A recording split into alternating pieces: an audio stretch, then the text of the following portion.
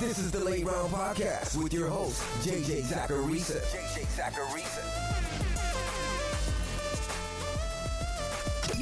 What's up, everyone? It's JJ Zacharisa, and in this episode 855 of the Late Round Fantasy Football Podcast, sponsored by FanDuel.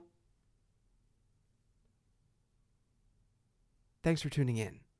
Before getting to the mailbag questions this week, I just want to remind everyone that I'm not going away during the offseason.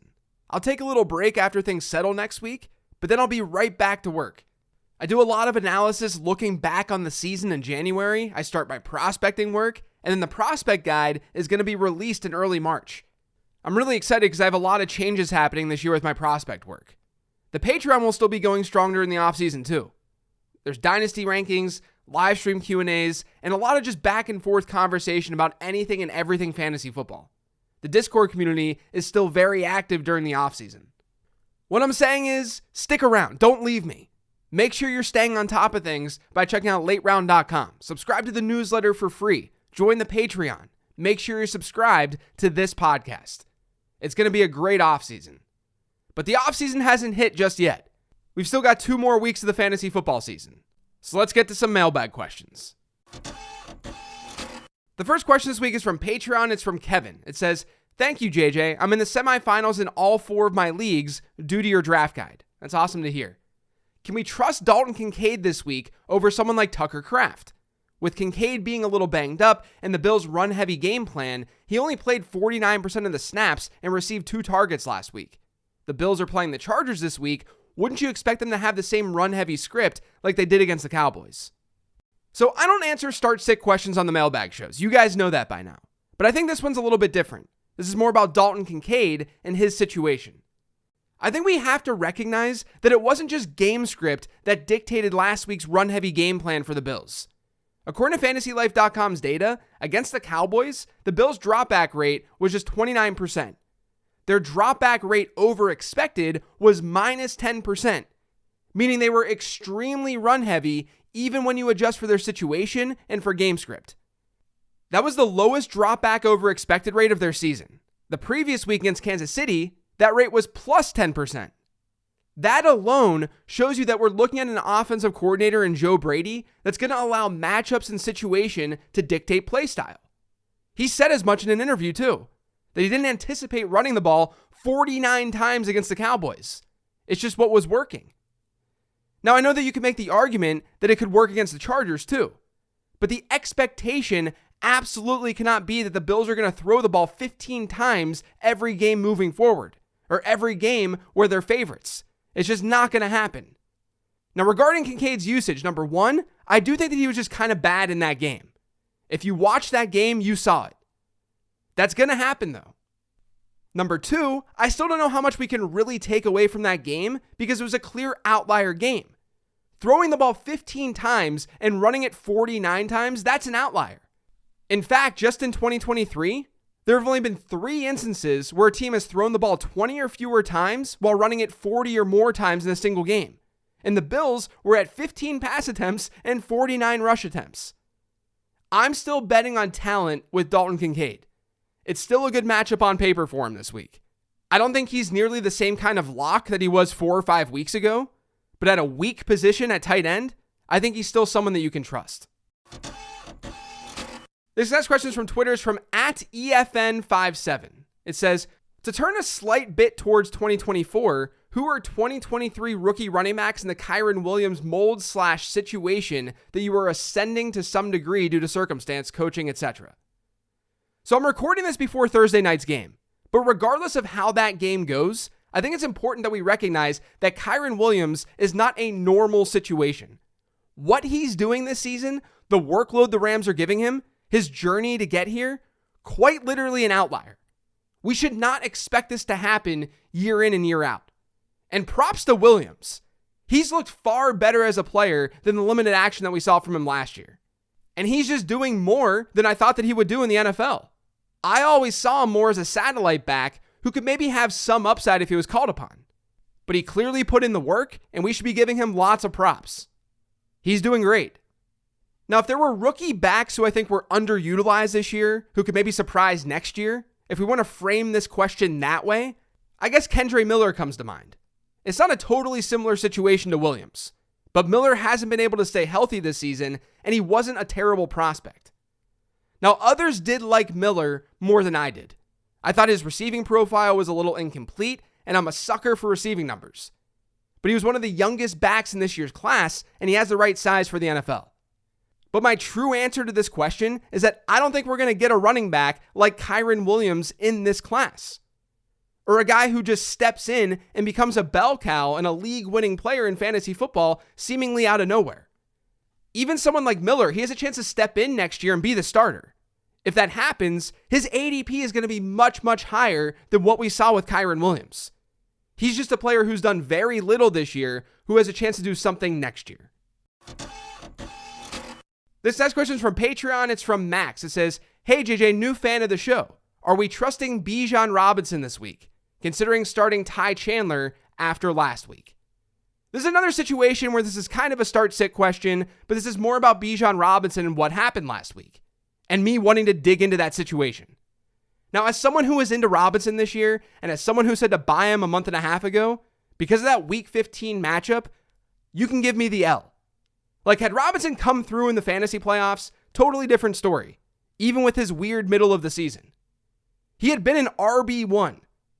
Since I said that he was a buy, he was crushing. And then, boom, Week 15 happens. It was just a horrific outing for Bijan Robinson.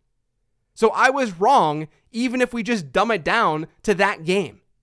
But I want to make a few comments about Arthur Smith in that situation. The last time we saw the Falcons in this rough of a situation, Smith did change Robinson's usage. He started using him more at the goal line, in the red zone. Now, last week, I have to admit, Bijan Robinson did not look good. He wasn't playing a good game. I still think, though, that he should have gotten more work than he did. Like, get out of here with this hot hand approach at running back. I hate when coaches say that. We're going to give the running back who's got the hot hand more touches. That's what coaches say. You mean to tell me that if you have Christian McCaffrey and Jordan Mason has 5 straight runs that are really good, you're going to keep using Jordan Mason? I know that's an extreme example, and it's not like Kyle Shanahan's saying that, but it helps illustrate the point. A 5-carry sample is not very large. It's just not enough to say that this guy is definitely better than this other guy right now. We know through a larger body of work that Bijan Robinson is better than Tyler Algier and Cordero Patterson. So even with a bad outing through the first 3 quarters of that game against Carolina, Robinson should have still seen more work because we know he's a better player. Robinson was essentially benched after he fumbled the ball against Carolina, which is a whole separate topic that I could rant about. But the Falcons lost, and Arthur Smith is fighting for his job right now. I think he and that staff know that the best player in that backfield is Bijan Robinson. Robinson's obviously a better pass catcher than Tyler Algier, but he still looks better than Algier within most advanced metrics on the ground this year. Rushing yards over expected per carry, EPA per rush. Robinson has been better. And this is more subjective, but I'm of the belief that similar to what we saw earlier this year when they finally made the switch to give Robinson more goal line work, we're in a similar spot right now, where Atlanta needs to win. I would be shocked if Robinson walks out of that game with just a 58% snap share, which is where he was at last week, and he has a 27% running back rush share. I would be shocked if he has those numbers once again. And there was some bad weather in that game in Charlotte too. The offense couldn't get anything going at all. I'm more optimistic about the offense this week. Maybe it's the wrong read. Maybe I'm being naive. But I still think he's at least a fringe RB1 this week in a plus matchup. This next question is from Twitter. It's from a handle that I can't really pronounce. It says, "How do you feel about trade deadlines in redraft leagues? I just don't get the point as long as Kamish will snuff out collusion. I'm bitter this year after Andrews got hurt post-deadline and I got outbid for Isaiah Likely, scraping the bottom of the barrel ever since and couldn't trade." Look, guys, you need a trade deadline in redraft leagues. I know your commissioner might be able to find collusion, but if a team is playing for absolutely nothing and there are 0 consequences for making a bad trade, that manager will inherently just not care as much about extracting as much value as possible in a trade. They'll be in DGAF mode. And someone being in that don't give a you-know-what mode, that's not collusion. It's just human nature. But it can still screw up the league's integrity. In Dynasty, I think there's a legitimate argument to be made that trade deadlines don't matter, that they shouldn't exist. Because teams are still working for the future. In redraft, your team is done. There's no motivation to work on a trade that really helps your team when you're out of the playoffs. And not only that, if the response to my answer is, well, like I said, the commission will snuff out collusion, you're really risking a big blow up in your league. That gives your commissioner a whole lot of power to just sit back and say, yeah, that's a bad trade. I'm going to veto it. Because collusion is not going to be nearly as clear when it's between a team who's in it and a team who's mathematically out. You need deadlines in redraft leagues. This next question is from Lance on Patreon. He says, hey JJ, I hope all is well. Thanks, you too. Where do you stand when it comes to starting a tight end in your flex and half-point PPR when you're low on options at receiver and the only viable running back alternative has a bad matchup? For example, Isaiah Likely over James Conner. For whatever reason, I've always been hesitant to start two tight ends. I've got David Njoku as well. Yeah, I've generally been in the same boat because at the end of the day, tight ends do score fewer points than other positions when you have viable options. But when it's this late in the year, we have a decent sized sample to look at. We can see who's averaging more points per game, the type of target share they're seeing, and we can compare those things from one position to the next. Like for instance, I have teams this year with Sam Laporta and Trey McBride. McBride's target share has been absolutely ridiculous since he took over that role in Arizona. It's been over 29%. That type of target share isn't seen by the vast majority of wide receivers, let alone tight ends. And yet, I think projection systems across sites are still sort of using some baseline tight end projection for McBride, when it clearly needs upped. He's not seeing a normal higher end tight end target share. His target share is elite. And then all the while, Sam Laporta is seeing great usage too. He's averaging more points per game than many start-worthy wide receivers or running backs. You just have to look at those factors, those peripheral numbers, and even something as simple as points per game. And then you have to ask yourself if it's close to begin with. Ask yourself if you're being rational with the decision. If it is close, I am usually leaning towards the non-tight end because tight ends just aren't touching the ball as much as wide receivers and running backs. But if the tight end just has objectively better peripherals, you got to go with the tight end. And admittedly, you guys, this year, more than any other year of my fantasy football career, I've been flexing a tight end alongside a tight end in my starting lineup. It feels weird, it feels uncomfortable, but it's a logical thing to do when you have good options. The last question this week is from Twitter. It's from @TrainOfK. It says, is it over for Quentin Johnston? And if so, how do we isolate the flaws in his game to account for in future prospecting? I've done a lot of studies on players who underperform and really don't do that much as rookies. And the vast majority of those players don't become anything significant in fantasy football through the rest of their careers. Or at least in year 2 and year 3, where you'd want them to turn things around for overall value purposes. Like, let's just look at QJ right now. Let's keep this simple. Johnson's currently averaging 5.6 PPR points per game. In my prospect database, which goes back to 2011 and includes every wide receiver who either went to the combine or who was drafted, in that database, there have only been 3 wide receivers who scored fewer than 6 PPR points per game during year 1, and that's with a minimum of 8 games played, who then went on to have a season in either year 2 or year 3 of 14 plus PPR points. I know that was a mouthful. What I basically said is that wide receivers who scored fewer than 6 points per game in year 1, who then went on to have 14 or more in year 2 or year 3. Those 3 players were DJ Chark, Chris Godwin, and Randall Cobb. When you dig deeper into those profiles, you'll find better peripheral numbers than what we're seeing with Quentin Johnston, at least with the 2 wide receivers who ended up being good. Chris Godwin had a yards per route run rate of 2.03 as a rookie, which is really good. He just didn't run a ton of routes, and he was targeted at a high rate per route run too. There were signs of Chris Godwin being a good player. Randall Cobb, it was the exact same deal. He had a 2.15 yards per route run rate as a rookie, but he ran just 172 routes. His yards per route run was better than his teammates' yards per route run that year. Randall Cobb was good as a rookie. He just didn't get the ball a lot. He wasn't on the field a lot. Now, DJ Chark was actually not good as a rookie. Like, he was bad. But Chark hasn't had that great of a fantasy career.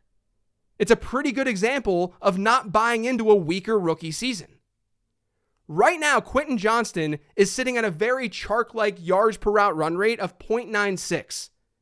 I know that's just one metric. I know that he was a better prospect than DJ Chark. But literally all of Johnston's peripherals are just very bad. And like I said, rookie season production, it matters a lot when it comes to predicting future performance. Now, to your question of how do we isolate the flaws in his game to account for in future prospecting, I think a lot of analysts did do that. Johnston was very much a highly volatile prospect. On his page in my prospect guide this past year, his profile opened up with, quote, "There's a lot of volatility to Quentin Johnston's analytical profile." And then this was the last paragraph on his player page in that guide. It said, "Drafting Johnston depends on your risk tolerance. You could certainly argue that with his draft capital and with his landing spot, he has just as high of a fantasy football ceiling as any other wideout in this draft. The bust potential is just a lot higher than someone like Jackson Smith-Njigba or Jordan Addison. That's clear when you peep his comparables."